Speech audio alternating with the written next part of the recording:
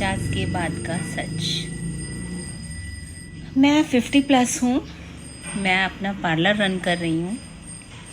सभी लोगों को लगता है कि 50 के बाद स्किन का ख़राब होना नॉर्मल है। मैं सच बताऊँ, ऐसा नहीं है। स्किन का डल डैमेज होना नॉर्मल नहीं है।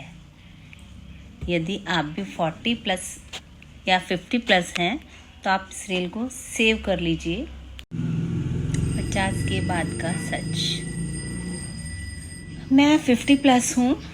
मैं अपना पार्लर रन कर रही हूँ।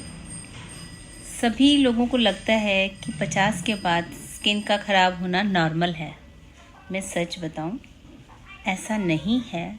स्किन का डल डैमेज होना नॉर्मल नहीं है। यदि आप भी 40 प्लस या 50 प्लस हैं तो आप इस रील को सेव कर लीजिए।